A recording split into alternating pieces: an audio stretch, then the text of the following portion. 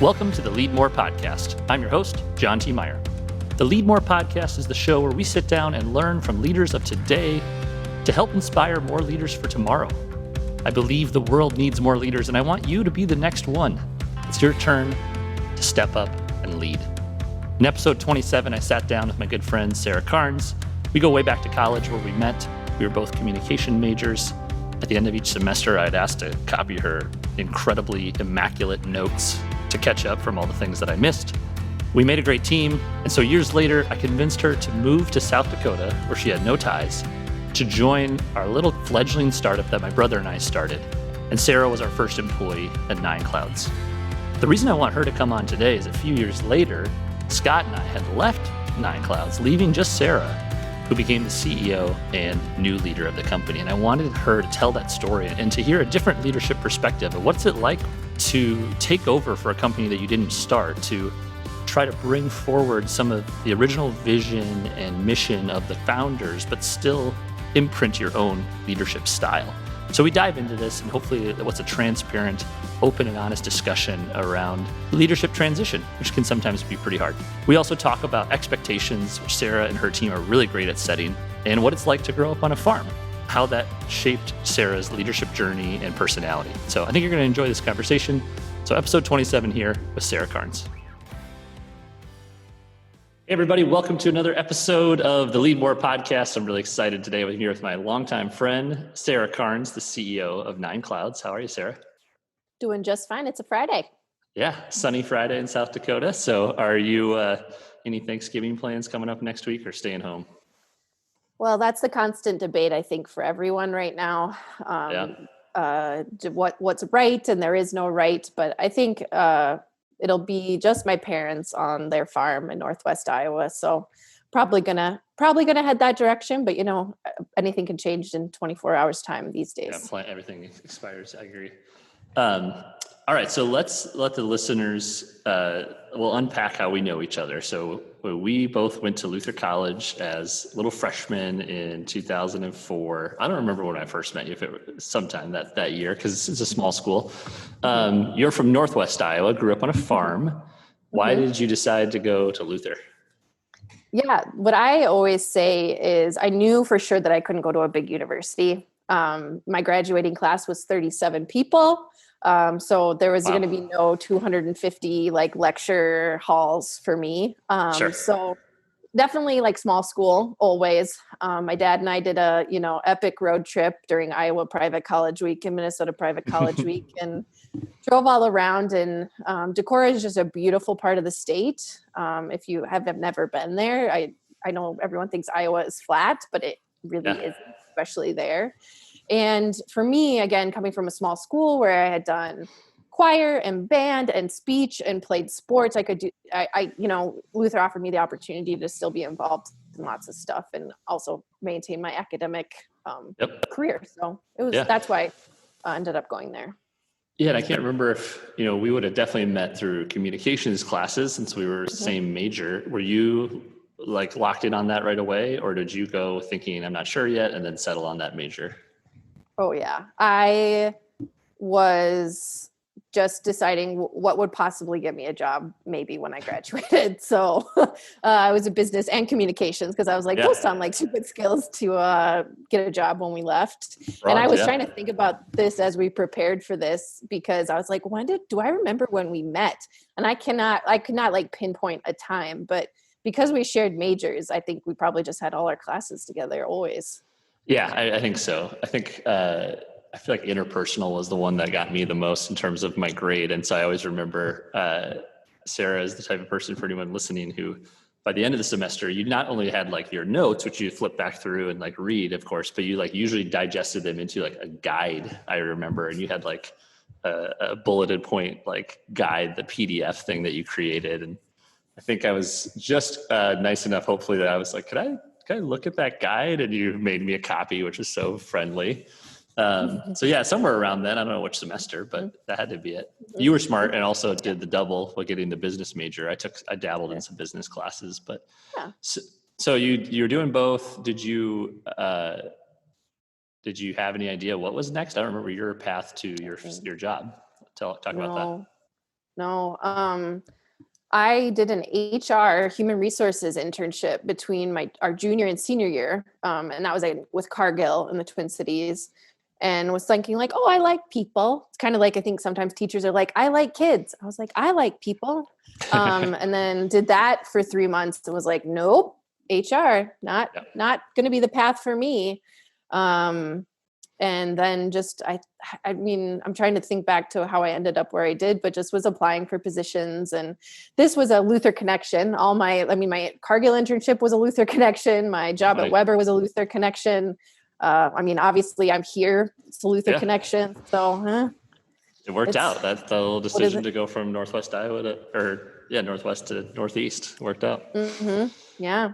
So you go to Minneapolis, you do the big agency thing, a PR agency. How many people worked there where you were? Well, I think there were 200 of us about in the Minneapolis office, but it is the largest PR agency in the world. There were offices in every major city in every country. So it was big. Wow. And as a young, fresh graduate, what did you learn about yourself? What did you learn about work, the type of place that you wanted to work when you started at this job? I mean, I was really grateful to have had the work study job I had at Luther, actually, which is interesting. But I worked in the public information office there, which is essentially the PR office. And my boss there was Jerry Johnson. And I was that like great student, always got A's, but I never took any criticism or negative feedback. And the first press release that I wrote for him was just covered in red ink. And he'll tell the story about like the look on my face. When that got returned to me. So I think that being ready to take feedback was I'm grateful that I had that before I went into that large agency environment. I think luckily I was naive.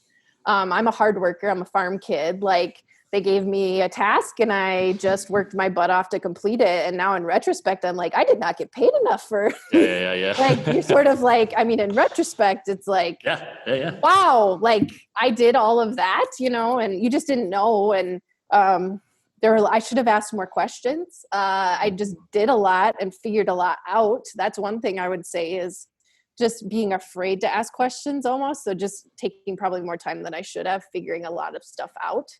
Do you think that's like some naivete or just like first being young or first job, or what would you attribute that to? I think thinking a lot of yourself sometimes too, unfortunately, right? You come out of college and like you're that age and you just think you know everything too. And so you don't want to give your colleagues the impression that you maybe don't know this stuff. Yeah, it's dumb. Yeah. Yeah. Which I mean, now in 10 years later or whatever, it's silly. Like vulnerability is so important, but where I wanted to set you up with that is like, you mentioned your farm upbringing. What would you say is the strength from growing up on a small farm, and what would be maybe a weakness? Strength is definitely just a work ethic. Like, if there's something to be done, I'll do it. And no matter how long it takes, or if it's between 8 and 5. Work ethic. You have to be dead to not do the chores. Correct. And you do the chores on a Sunday, you do the chores on Christmas, you do the chores when it's sub-zero, 100 degrees. Last year during the polar vortex or whatever, my sister's farming now, and she sent a picture where they like wearing ski goggles, which was a first on the farm to go out and do chores. I'd say a weakness, just life experience, right? Like being, again, naivete, I mean, which comes with a young age, but also just like life experience and putting myself sometimes in situations that I could have handled probably better with a little, broader experience or knowledge. Yep. That makes sense. So you're working your butt off, long hours, long weeks at this agency, climbing, maybe slowly, but steadily. And I don't quite remember how many years was it? Was it maybe 4 years at the agency? 4.5. Yeah. Okay.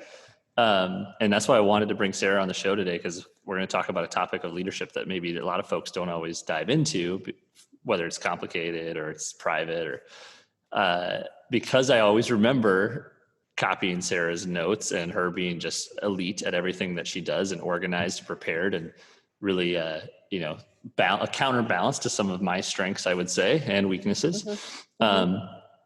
And I Facebook messaged you maybe and said, because you are from that Northwest Iowa farm town, I said, what do you think about coming to Sioux Falls and joining our little startup, which was just my brother and I at that time, called Nine Clouds, and talk me through what was going on, like what went on in your head. Did I get lucky with the right time? Was like a bad week at work, or like what made you even consider that message? Yeah. And I shouldn't say but that's fine. I was at a point in the career in the agency world in the Twin Cities, where I needed to actually leave the agency I was at to climb the ladder faster. So there's a very specific ladder in the large agency world in the Twin Cities. And I had climbed it quickly. I think I had 4 promotions in 4 years. Like, I was climbing the ladder well, but I was kind of hitting that point where it's going to take a while to get to that next step. But if you left your current agency for a year and came back, you could go like 2 or 3 steps. And people like knew that was like a discussed thing. Like you had to do it to get a raise or to get a promotion. Okay. Right. Like I could have stayed and I would have gotten promoted eventually, but if you wanted it faster, right? And with that comes salary, and so I was feeling that pressure. I was getting calls from headhunters. And I'm just a super loyal person, and it didn't ever like, why leave? Like, and I'm not, unfortunately, too motivated by money. So I was at that point where that was a consideration. And when you called, I think the December before that, or when you had reached out, you and I had like lunch or something. Like, I had come up to Sioux Falls. You're coming through Sioux Falls. Yeah.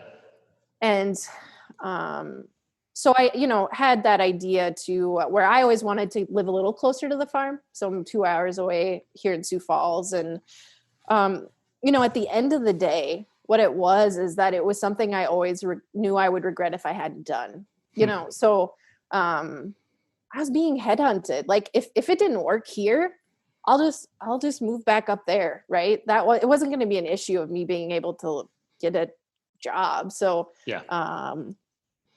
So talk about that, because I would say you're generally probably a risk averse person. Yeah. And so you were young, but like that still was, you just felt like you knew you could get that job again. Let's take a chance on this little startup. 100%. Okay. And like, I believed in the mission ultimately. Like, you guys, we get a bad rap here in flyover country. And ultimately at the highest level, it was like, we can do great things here too, and let us show you. And unfortunately, in a lot of cases, we're getting left behind just because there's not as much like tech knowledge or digital literacy. So I just believed in the mission too. Yeah, I agree. I always think the concept in 2009 of Nine Clouds, really that like through mission still is true today. And that was right. Maybe like the services we offered and how we went to market evolved a lot, and you guys sharpened that up a lot more. But the original core concept definitely is true. Absolutely. So I think if you're willing, we'll kind of unpack what that looked like a little bit for the listeners. So at that time, Scott and I were the only owners of the business. We owned 50-50 as brothers and co-founders. And then back then we had very little funds. I don't even remember what we offered you as a salary. It probably was less than you were making, I'm guessing. Correct. And so we offered you 20% of the company, and we both gave up 10%. And then you came on as a partner, 40, 20. Tell me, what was that did it? Was it more so the opportunity? Did the chance to own a piece, or what was the kind of the domino that tipped in your favor? The equity, for sure. I'm a hardworking person to a fault. And so in this instance, if I worked harder, I would make more. Right? Sure. In theory, if we did well, if I worked hard, if I have equity, then I'm going to benefit from that hard work. Whereas in a role where, especially at a large agency, where you're salaried, and it doesn't matter how many hours, like they're going to make you work the number of hours that they want you to work no matter what. You don't necessarily make more money because of that effort. So that ability to benefit from my own hard work. Yeah, that's great. And did you feel like, how did we do on that process? Like bringing you on as a partner and did you feel like pretty quickly that you're like, oh, I got to get my hands dirty in this business? Or was there a learning curve? Or I mean, you certainly brought a whole different set of skills than that we had, but. For sure. I mean, I think you guys treated me as an equal right away. I felt like my opinion mattered. I felt I was not confident in my understanding of digital marketing, and you guys were really good teachers though. And like really were, instilled that we didn't know a lot of this stuff, and there's a lot of stuff we don't know. And that's what has value, is the learning and then giving that to other people. Mm-hmm. So I would say, coming from a large agency environment, there's a lot less structure, which was an adjustment for me. Processes, Yeah. So that was certainly an adjustment, but you guys were very available and very enthusiastic, and very open to change. Mm-hmm. So that was great. Yeah. And you set it up so perfectly there, because that's a segue because then change happened, right? So we sort of spotted a market opportunity and we decided to create this little project called Lemonly. You were there when I guess it was going when you got there, but pretty infancy. And it took off to the point where that was part of the move of hiring you, was kind of replacing myself. You were a much better operator than I am, but like between Scott and I was more of the operator. And so you not only replaced me, but probably upgraded. And so that eventually meant that I moved on, and you became, instead of a business partner with myself and my brother, just a business partner with my brother. So talk about how that changed for your role as you grew as a leader, now in a whole nother, maybe not exactly what you signed up for, but still more opportunity, more responsibility. I always say that it's definitely not what I signed up for. I am a damn good COO, which is what I thought what I came in as. So Chief Operating Officer. I think it really helped me understand what my strengths are and what like Scott's strengths were. And we did a good job of adapting to that. And then also our weaknesses, building self-awareness. For me, it was honestly just a confidence thing, which in retrospect is very frustrating that it took me that, such a long time to be confident in my ability to do this. And I probably, you could argue, Midwest, female, all those reasons. But ultimately, it was mainly just a confidence thing, and going through so many experiences then and coming out the other side too is also very helpful.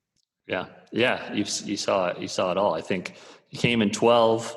I think I kind of rolled off in 15, and then 3 more years later in 18, Scott, my brother, ended up also leaving and getting bought out of the company. And so now in 6 years time, you came and joined 2 founders, 2 of which are no longer there. And I can't quite remember, even before Scott left, you became the CEO. So you came in as a COO to these 2 founders who own a business, and now you're the CEO, and both of those guys are gone. What do you think? What's going on through your head at that point? I'm glad I didn't know. I should say, I've never asked you these questions. So like, this isn't just like a recording or something that we've talked about over a beer. Like, this is the first time I'm asking you this. In retrospect, I'm glad I didn't know that this was how it was going to go Yeah, you might not have said, you probably would have said no to me. Probably would not have come. But that doesn't mean that it hasn't, ultimately turned out to be a choice that I don't have any regret about. I'm so grateful for. Right when I started was when you guys had engaged, Byron, who is another partner. Now your business partner. Yeah. Now my business partner. So he has a through line in all of it, which is good. I definitely couldn't do this without a partner. So to your point, you rolled off, and then, it was, Scott, just more of an entrepreneur and wanting to start things, and doesn't get as much joy from the management, which is what I love. So him leaving, but this is definitely not something I would want to do alone. So just grateful to continue to have a co-partner. Yeah. And so I know that was a lot of history, but I wanted to cover all that because I think now we've laid the foundation for some pretty great topics, which is, one being starting a company, or like leading a company that you didn't start as a young startup. One being, a different leadership style probably than myself. Like you said, I'm a COO. I didn't think I'd be a CEO. So let's go to those. So first of all, how did you change 9 Clouds to make it more the vision that you saw? What was that like? What was hard about it? What worked well? So I'll start with, you guys deserve props, you and Scott, big time, because the brand awareness of Nine Clouds when I came it's insane. It's still insane. Like the work that you guys did to build the brand and get the name out there, it just can't be stated how important that was, because that's certainly not my gift, right? And that had I had to start this thing on my own, it probably wouldn't be what it is, not because of the foundation that you guys laid when it comes to that. So I've never said that, and I know you're interviewing me, but we're longtime friends enough that I don't fluff feathers that I don't intend to fluff. So I think the biggest thing, the biggest change is just me being very type A and process oriented, as you said, organization. Like since college, that's one of my gifts, and so just wanting for people to have really good expectations, to make sure the quality of the work that we do is always top tier, and in a way that I as the leader don't want to micromanage, right? Because you can have top tier work and be a micromanager, but it's really hard to scale. And it's really hard not to just be constantly putting out fires if you don't have that process in place. So I would say, as I think about that being the biggest transition, and it probably sounds super boring, but honestly, I think if there are leaders listening to this podcast, they've all been to some sort of training that's like, you gotta put process in place. It's probably not why you started this business, but you gotta do it. Yeah, we spotted that when we brought you on, and I would say you took it to a whole nother level. And you hit on something that I think is a real core tenet of this podcast, which is leaders come in all different shapes and sizes. There's way more different ways to lead. I was just talking recently to my friend Rick Melmer, who is on the podcast, who's great about doing DISC assessments. And we were talking about how the prototypical CEO in America was probably more of a D, right? Like more of that demand, maybe some I, that kind of big personality, people person. And he said that's changing, and we've exposed ourselves to more types of leadership styles. We recognize that some work for different people, different sizes of companies. And I feel like you are a very different, a change of pace than the way Scott and I did it. So embracing that, I think, is great.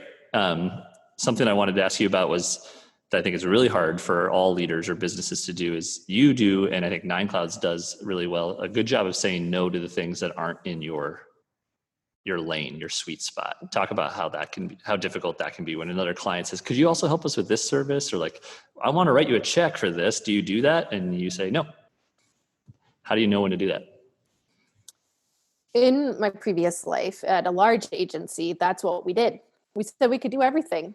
And guess who was the person who was supposed to do this thing that nobody had done before? Me. Yeah. And I know what that feels like. And that's insane. So one, I've been the person who the promise is made and then has to execute, the recipient of that promise. And it's not an enjoyable experience. Also, I don't want to dump on traditional public relations because it has its place, but the work we were doing was really hard to tie to revenue and sales, or, the financial success of our clients. And I always really struggled with that. And so at Nine Clouds, we're really focused on things that we have seen deliver ROI, return on investment. And because ultimately that's what our clients care about. Yep.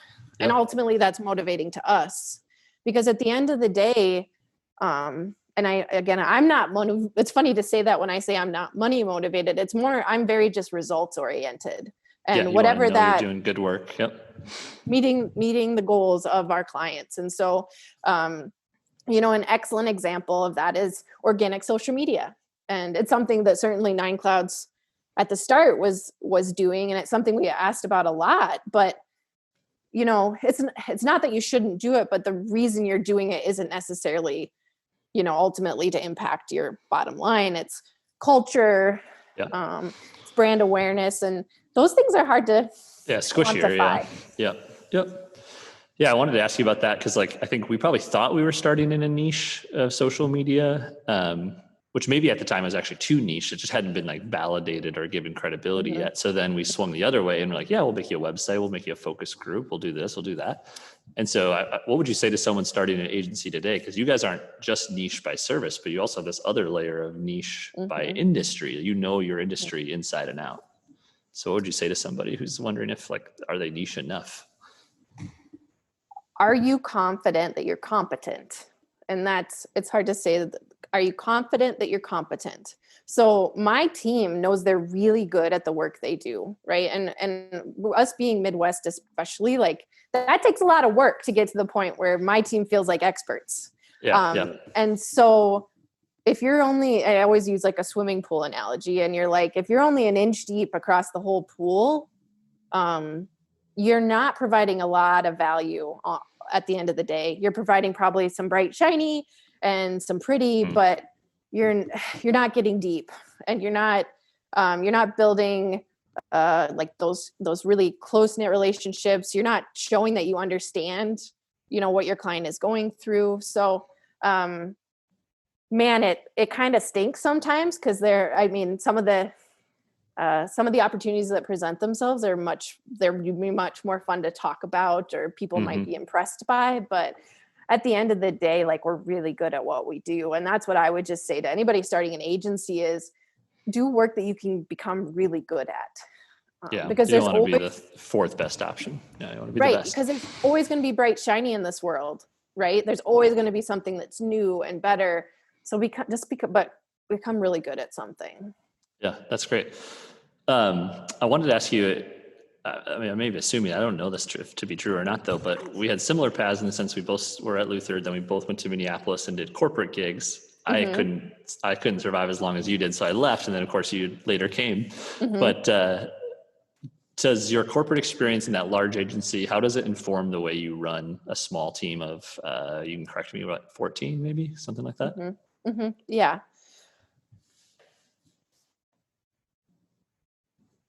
The thing I always go back to is like setting really good expectations. There's a specific scenario I remember when I was at that large agency where I was given a really big project, but then executed it, took it to the person who'd asked me to do it, and they said, well, this isn't what I wanted. And so you had expectations that you didn't communicate to me. I think I did the best I could. And that situation will stick with me forever. So I think just making sure that my team feels like they understand what their expectations are, is really, really important, because, you have to assume people are doing their best. Yeah. And then if you don't, like, what kind of a world are you working in? What kind of a team are you working with? And I'm stealing that from Brene Brown from her Rising Strong book, but you have to assume people are doing their best. So it's on you to set them up. Or else you wouldn't have hired them, right? Like, those are the people you'd hire. Yeah. Right. So it's up to you to set them up for success. And that's, I think, what I took away was like, I'm a damn good worker. I'm loyal. I'm smart. And somehow still I would get these projects where would get like, well, that's not what I wanted. And just feeling terrible. I don't ever want my team to feel like that. I want to set them up for success. I want the expectations to be clear. Yeah. And I would say from the outside in, I haven't been there for over 5 years, but I would say that extends to, and kind of where I was headed with that question line too, is the way you run the team, right? The culture. You're very clear about expectations of how much work you should do, how much work you shouldn't do, like how much work should be on your plate. We're not going to give you a bunch of extra things. You, as a systems person, you have it down to the hour of how many clients each person has. So would you say that answer of expectations gets applied to every part of the business? Yes. I remember they talked a lot about my workload when I worked at the large agency, where they'd say, this client is 40% of your workload. 40% of what? 40% of 100 hours, 40% of 200 hours, 40% of 80 hours. Like, and I just always felt, like I got paid for 40 hours, or that was my understanding. That's the story I told myself. And so that's the story I have for my team, is they get paid for 40 hours a week. And so that's that's what we manage them to work. That's how we staff the business. That's how we work with the clients we work with. That's how we know when to hire. Because the biggest thing, and this will come as no surprise to anyone, is like agencies are just unbelievably known for burnout. And that's why. Mm-hmm. But knock on wood right now, our retention of employees at Nine Clouds, because the expectations are very clear and the thoughtfulness of the 40 hours, like people know they're appreciated and cared for. Yeah, that's great.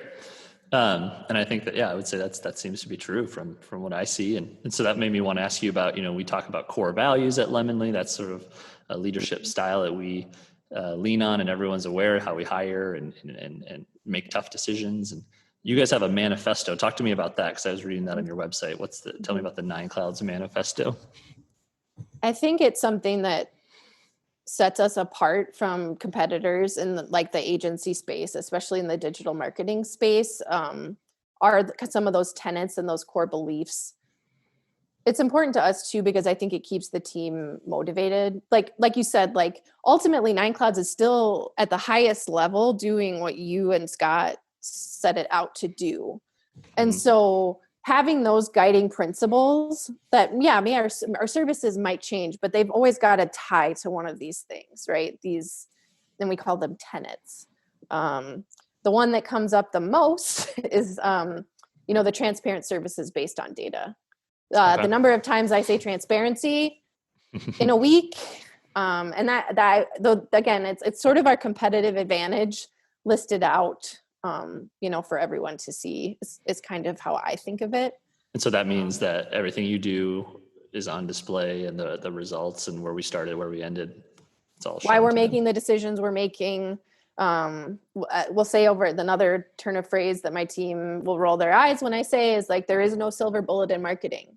Why are there so many agencies in the world, marketing agencies? If there's a silver bullet, like there's somebody should be standing out. Right. Like, so just, reinforcing those things. So do you use that? How would you use that same line about do you use that internally, like employee facing, the transparency aspect of the manifesto, for instance? Mm-hmm. Yeah. I'm a wear my heart on my sleeve sort of person. So it's pretty impossible in the work from home world, you could argue maybe it's a little easier because I don't see so much of my body language, but I'm not a good at sort of hiding where things are at and where I'm at. So, I think what's hard, and I would say is like, I do have a lot more empathy for the leaders I had at that large agency, right? Is like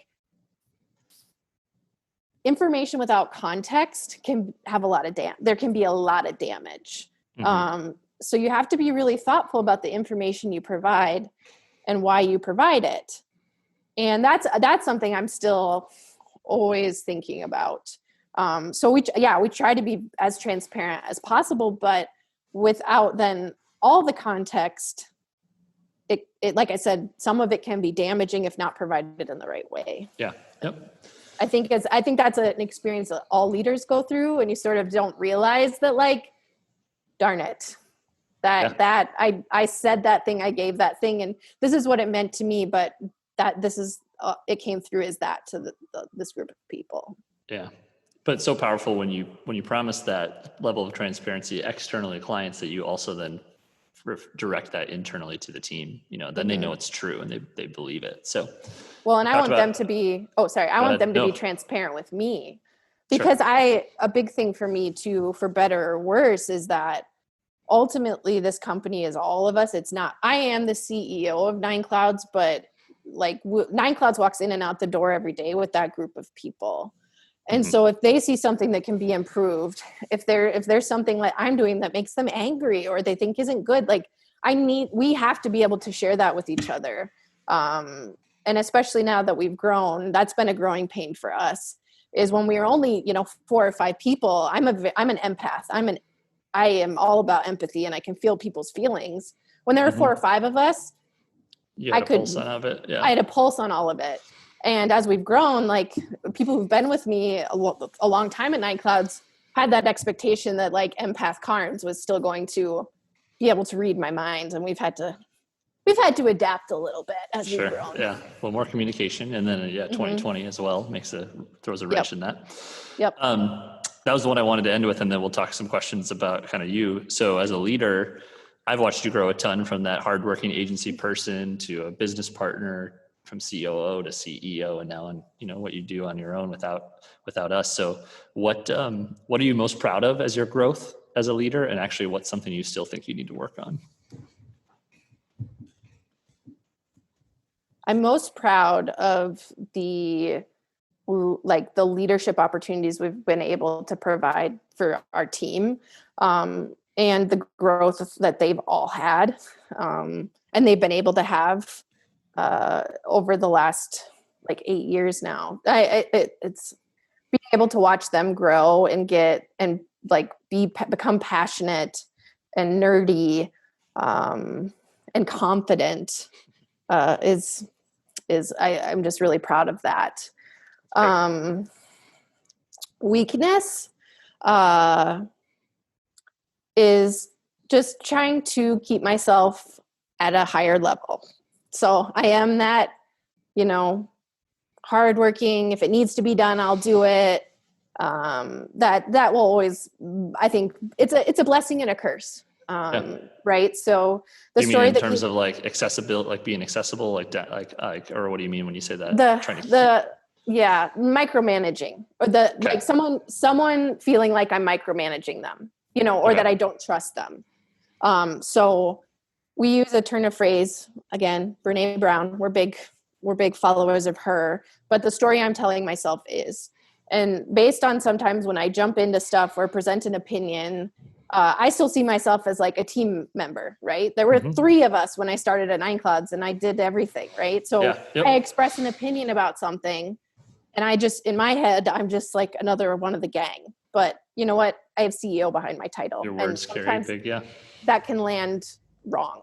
And so that's and they know I'm well-intentioned, and it all depends on who the day's having, but that's something I have to constantly keep in mind. It is a weakness of mine, is how does the person I'm engaging with perceive that engagement? Yeah. And those are those leadership lessons that you only learn probably kind of through stepping in the mud, right? I mean, you just don't know until you do it. And then you can just see as soon as you say it, just in their body language or, the way they react. So that's a good one. Well, let's segue into a little rapid fire at the end. I know you like to read. What's a book you've read recently that you recommend to people, or that you tell the listeners to check out? The Subtle Art of Not Giving an F. I'm sure that you can't say that Is word. That Mark Manson? Yeah, Mark Manson. Okay. I've read it ever since it came out. I've read it once a year. Oh, wow. So it kind of liberates you, I bet. Yeah. I think I'm sure there's a lot of people listening who struggle with the gift or curse of wanting to be perfect and perfectionism. And that book really puts it in terms that's you will, if you spend your whole life trying to get to perfect, it ain't ever going to happen. So, I have 4 Post-its on my mirror. One of them is from that book, which is, don't look for a life that doesn't have any problems. Look for a life full of good problems. Sure. And just reframing the idea of a problem and challenges and opportunities. Was that a second book that you mentioned, or what was that? That was from that's Mark's from book. The Subtle Art of Not Giving Enough. Okay. Cool. So 2020 has been pretty stressful at times, to say the least. How do you unplug? Yep. What's your way of de-stressing? Reading this year has been really big. Talk about spending time on devices. I mean, this is 8 hours a day at least, staring at the screen. And at least we had meetings where we would, I pull myself away from this 3 feet distance between a screen. So definitely been reading a ton more, which is good. It's silly. It's probably a little and I never say it right, but hygge, the Norwegian term. I never say it right, but I have a lot of light, cozy candles. I have a fireplace. Being really cognizant, especially because I spend all of my time here.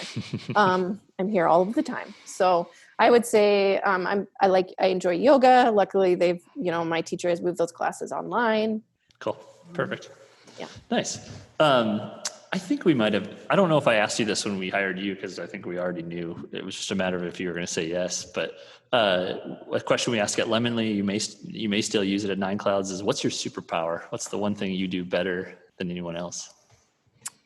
This was a really hard question for me. You had sent it to me ahead of time, and humble Midwest me That's was the like, point. Yeah, I don't have a superpower. So I asked my team, nice. what's my superpower? Yeah, what'd and they say? like the number one answer was empathy. Cool. So just not only for like workloads and understanding where people are coming from, but then when they're going through major life events, understanding that has impact on their work as well. Just seeing them as humans. I'd written a couple others down, but I wanted to see what they said. So organization. That was the top voted one by far, I bet. Mm-hmm. Yeah, Mm-hmm. that makes sense to me. I can see that. And I might be guessing it if you already mentioned him, but I think he could be one of your answers. So who are the mentors or leaders in your life that have shaped who you are? Yeah. So Byron, who I did mention, that you guys had already, I mean, I think my first day was when you guys met with Byron to talk to him. And I was in that meeting, and I'm a no bullshit person, and Byron's a no bullshit person. And we've both grown a lot in our time together as partners. And Nine Clouds wouldn't be what it is without some of the hard things he's said to me. He's just very financially minded, and frames things in a way that sometimes they're much more black and white than I would like them to be. Other mentors, I already mentioned the story about Jerry Johnson. That's what I was thinking. College. He called me on my BS then. He continues to call me on my BS now. I shouldn't keep saying that that's who I consider my mentors and my leaders, but I feel like we can all tell ourselves a lot of stories about ourselves and situations, and we can be the victim a lot of times. And those guys are two people who will make sure that I understand that like I have power in the situation, and that I may have created the situation that I'm in a little bit. Yeah. Usually I don't ask follow-ups to these ones, but I'm curious because I don't know, you would know Jerry would be in his 70s, right? Mm-hmm. So someone who might be almost 40 years older than you, but you guys how would you describe your relationship with him? I mean, he's like a friend. You guys hang out and catch up. Like, what makes that so unique and special? Like, he truly cares. It's so hard to describe because most people think it's a very odd thing. But I think for me, I grew up around people of all generations. I think when you grow up in a small town, especially, like, you have much more exposure to that. That's something I've said is kind of a downfall of a city. Living in a city is you're very like with your generation. And so my dad always had like people who were 30 to 40 years older than him, who he, was very connected to. So I think there's just that element of, I saw that modeled like as a cool thing that can enhance your life. And he and his wife Patty are just like wonderful human beings, and so smart. And then also that they've lived through what they've lived through.